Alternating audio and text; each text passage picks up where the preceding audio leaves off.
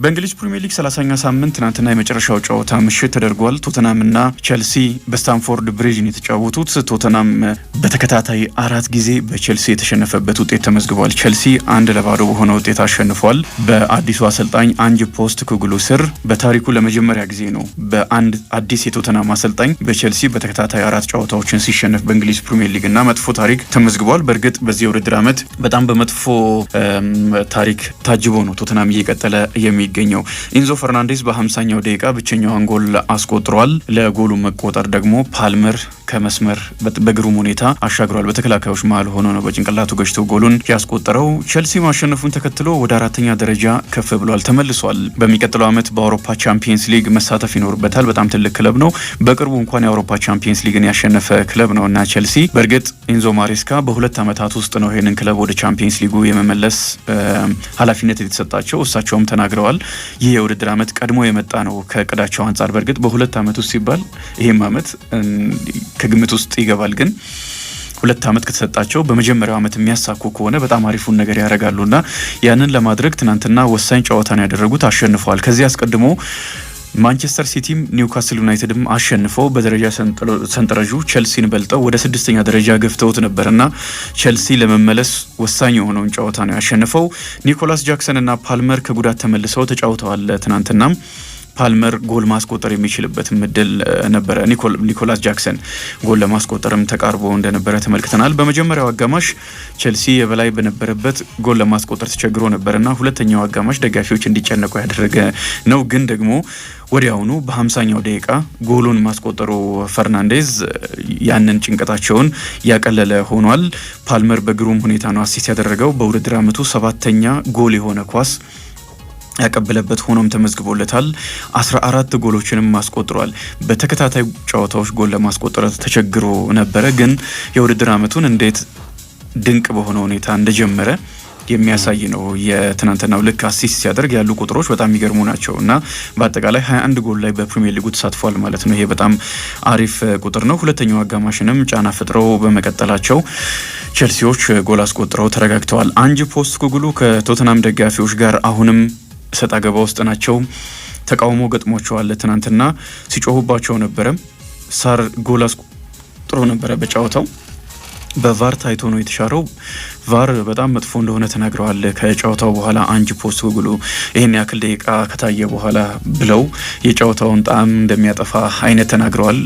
ያው ግን የእንግሊዝ ፕሪሚየር ሊግ ከዳኝነት ጋር የተያያዘው አካል ለውጦች አሉ ብሏል። ትናንትና ከታርኮስኪ ሊቨርፑልና ኤቨርተን ባደረጉት ጨዋታ ማካሊስተር ላይ የሰራው ጥፋት ስተት መሆኑን አምሯል። በቀይ ካርድ መውጣት ነበረበት ብሎ የዳኞች የበላይ አካል ራሱ አምነዋል። እየተሻሻለ ነው ብሏል። ግን ትናንትና ይህንን ውሳኔ ለመወሰን የወሰደው ጊዜ አሰልቺ የሚባል ነው። በቀጣይነት ሊሻሻል የሚችልበት እድል ይኖራል። በአጠቃላይ ሁሉንም ጨዋታዎች ከደመርን ውሳኔዎች የሚወሰኑባቸው ደቂቃዎች መጠን አንሷል። ግን እንደዚህ ደግሞ አንዳንድ ጊዜ ሊፈጠር የሚችል ነው። ሳር ጎል ካስቆጠረ በኋላ እሳቸው እጃቸውን ጆሯቸው ላይ አድርገው ያው የቶተናም ደጋፊዎች ዞረው ለማብሸቅ ሞክረዋል። ተቃውሞዎቹ ትክክል አይደለም ማለታቸው ነው የሚል ነው የወጣው። እሳቸው ግን ከጨዋታ በኋላ ስተት ነው፣ እኔ እንደዛ አይደለም የሚያደርኩት ብለዋል። ለቶተናም ደጋፊዎች አይደለም የመለስኩት ብለዋል። ከባድ እንደሚሆንባቸው መናገር ይቻላል። አንድ አሰልጣኝ ውጤት ካለው ተቃውሞ ቢኖርበት እንኳን ያንን ማለፍ ይችላል። ውጤት ከሌለ ግን የደጋፊ ተቃውሞ የደጋፊ ጫና የሚመጣ ከሆነ በክለቡ ለመቆየት በጣም አስቸጋሪ ይመስለኛል። የተወሰኑ ደጋፊዎች አንጅ ፖስት ኩግሉን የምትሰራውን አታውቅም እያሉ ትናንትና ሲጮሁ እንደነበረ የቢቢሲ መረጃ ያሳያል። በኳስ ቁጥጥር ብዙም ልዩነት አልነበረም። ቸልሲ 50.2 በመቶ 50 በመቶ የኳስ ቁጥጥር ነበረው። እኩል በኩል ነበሩ ማለት ይቻላል። በሙከራ ደረጃ 11 ሙከራዎችን ባለሜዳው አድርጓል። 5ቱ ኢላማቸውን የጠበቁ ነበሩ። ቶተናም 8 ሙከራዎችን አድርጎ 2 ኢላማቸውን የጠበቁ ሙከራዎች ነበሩ። በኤክስጂም ቸልሲ 1.09 ቶተናም 0.79 ነበረ። በ52 ነጥቦች አሁን ቸልሲ ወደ 4ኛ ደረጃ መጥቷል። ሲቲን በ1 ነጥብም ይበልጣል። የእንግሊዝ ፕሪሚየር ሊግ 31ኛ ሳምንት ነገ ነው የሚጀምረው። 8 ሰዓት ከ30 ጀምሮ አርሰናል እና ኤቨርተን ጉዲሰን ፓርክ ላይ ይጫወታሉ። አርሰናል በኤቨርተን ከ2020 ጀምሮ በጣም ተቸግሮ ነበር ለማሸነፍ፣ ግን ደግሞ ያለፉት ተከታታይ ጨዋታዎች ላይ የበላይነቱን በድጋሚ መልሶ መውሰድ ችሏል። በታሪክም ከተመለከትን አርሰናል በኤቨርተን የበላይ ነው። በእንግሊዝ ፕሪሚየር ሊግ በአዲሱ ፎርማት አንድ ክለብ አንድ ሌላ ክለብ ላይ ተመሳሳይ ክለብ ላይ በርካታ ጎሎችን በማስቆጠር አርሰናል ኤቨርተን ላይ ያስቆጠረው ነው አንደኛ ሆኖ የተቀመጠው። 124 ጎሎችን አርሰናል በኤቨርተን ላይ ማስቆጠር ችሏል።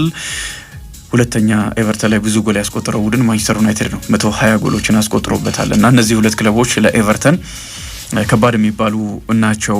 በሊጉ ታሪክ እንደዚህ አይነት ታሪክ አለው አርሰናል። ያለፉትንም 4 ጨዋታዎች ተከታታይ ከተመለከትን ኤቨርተን አርሰናልን ማሸነፍ አልቻለም። ያለፈውን ጨዋታ በጉዲሰን ፓርክ ደግሞ 1-0 አርሰናል ማሸነፍ ችሏል። አስቀድሞ 212 ጊዜ በሁሉም ውድድሮች እነዚህ ሁለት ክለቦች ተገናኝተው አርሰናል 107 ጊዜ አሸንፏል። ኤቨርተን 61 ጊዜ ነው መርታት የቻለው። ባለፉት 4 ጨዋታዎች 3 ጊዜ አርሰናል ማሸነፍ ችሏል። ግን ደግሞ አሁን በኤቨርተን ቤት ውስጥ ያለው አዲሱ ነገር ዴቪድ ሞየስ አሰልጣኝ ከሆኑ በኋላ በጣም መነቃቃት አለ። ለወራጅ ቀጠና ሲፋለም የነበረ ቡድን ነበረ ኤቨርተን። አሁን ያ ስጋት ያለበት አይደለም። 34 ነጥቦችን ይዞ 15ኛ ደረጃ ላይ ነው የሚገኘው። ኢፕስዊች ታውን በ20 ነጥቦች 18ኛ ደረጃ ላይ ይገኛል እና በሁለቱ ክለቦች መካከል ያለው የነጥብ ልዩነት 14 ነው። ይህንን የነጥብ ልዩነት ለማጥበብ ለኢፕስዊች ታውንም ለሌስተር ሲቲም እጅግ በጣም ከባድ ነው እና አሁን ከወራጅ ቀጠና ስጋት የወጣ ቡድን ሆኗል። በተከታታይ ጨዋታዎች ላይም በደንብ የተነቃቃ ቡድን ተመልክተናል። በእርግጥ አብዛኞቹን ጨዋታዎች ባቻ ውጤት ነው ያጠናቀቀው። ከሊቨርፑል ጋር ባቻ ያጠናቀቀውን የጉዲሰን ፓርክ አስደናቂ ጨዋታ፣ የመርሲሳይድ ደርቢ የመጨረሻው የጉዲሰን ፓርክ ጨዋታ ላይ ያው የዛን ስቴዲየም ታሪክ በሚመጥን ሁኔታ እንዲዘጋ ማድረግ ችለዋልና ዴቪድ ሞየስ በዚህ ሳምንት የተደረገውን ጨዋታ በእርግጥ በሊቨርፑል ተሸንፏል። ክለቡ ግን አነሳስተውታል። ይህንን ክለብ ነው አርሰናል የሚገጥመው ለማለት ነው። 11 ሰዓት ጀምሮ ክሪስታል ፓላስ ከብራይተን፣ ኢፕስዊች ታውን ከወልቭስ፣ ዌስትሃም ከቦርማውዝ ጋር ይጫወታሉ። ምሽት 1 ሰዓት ከ30 አስቶን ቪላ እና ኖቲንግሃም ፎረስት ከሳምንቱ ከሚጠበቁ ጨዋታዎች መካከል አንደኛውን ያደርጋሉ። በጣም አሪፍ ጨዋታ ነው። ኖቲንግሃም ፎረስት ማንቸስተር ዩናይትድን አሸንፎ በ57 ነጥቦች 3ኛ ደረጃ ላይ ነው አሁን የሚገኘው። በሚቀጥለው ዓመት በአውሮፓ ቻምፒየንስ ሊግ ልንመለከተው ተቃርበናል። ከረዥም ዓመታት በኋላ 1990ዎቹ ነው በቻምፒየንስ ሊግ የተጫወተው ይሄ ቡድን በድጋሚ ወደ ቻምፒየንስ ሊግ ለመምጣት እየተቃረበ ይገኛል። ከቼልሲ ጋር ያለው የነጥብ ልዩነት እንኳን 5 ነው። አስቶን ቪላ ደግሞ ልክ አምና እንዳደረገው በቻምፒየንስ ሊጉ የሚያሳትፈውን ቦታ ይዞ ለማጠናቀቅ እየተፋለመ ይገኛል። 48 ነጥቦችን ይዞ 7ኛ ደረጃ ላይ ነው የሚገኘው። በቼልሲና በአስቶን ቪላ መካከል ያለው የነጥብ ልዩነት 4 ብቻ ነው እና የ2 ጨዋታ ልዩነት ነው። ስለዚህ ያንን ማጥበብ ይችላል። እድል አለው፣ ቢያንስ እድል አለው። ግን ደግሞ በእንግሊዝ ፕሪሚየር ሊግ ዘንድሮ 5 ክለቦች በቻምፒየንስ ሊጉ ሊሳተፉ ይችላሉ እና ያም ይሆን ከሆነ ከማንቸስተር ሲቲ ጋር ያለው የነጥብ ልዩነት 3 ብቻ ነው። ስለዚህ አስቶን ቪላ ምድል አለውና ለዛ ይፋለማል። እሁድ ዕለት 10 ሰዓት ጀምሮ ብሬንትፎርድ ከቼልሲ፣ ፉልሃም ከሊቨርፑል፣ ቶተናም ከሳውዝሃምፕተን ጋር ይጫወታሉ። በተለይ ፉልሃምና ሊቨርፑል የሚያደርጉት ጨዋታ ይጠበቃል። ፉልሃም ዘንድሮ ለትልልቆቹ ክለቦች ፈተና መሆኑን አሳይተዋል። በተለይ አርሰናል ጋርም ባለፈው ሳምንት 30ኛ ሳምንት ላይ እንዴት እንደፈተነው ተመልክተናል። በእርግጥ 2-1 ተሸንፏል። ሊቨርፑል ከሜዳው ውጪ ለንደን ላይ ነው ይህንን ጨዋታ የሚያደርገው። ፋና ሚዲያ ኮርፖሬሽን ፋና ኤፍኤም 98.1 ላይም በቀጥታ ይሄን ጨዋታ አድማጮቻችን መከታተል ትችላላችሁ። 12 ሰዓት ከ30 ጀምሮ ማንቸስተር ዩናይትድ ከማንቸስተር ሲቲ ጋር የሳምንቱ ትልቁ ጨዋታ ይደረጋል።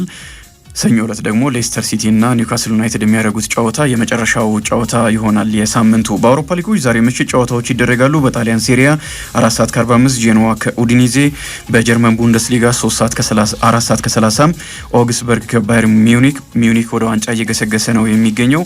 በስፔን ላሊጋ ምሽት 5 ሰዓት ጀምሮ ራዮ ቫያካኖ ከኤስፓኞል፣ በፈረንሳይ ሊግ 1 4 ሰዓት ከ45 ኒስ ከኖንት ጋር ይጫወታሉ።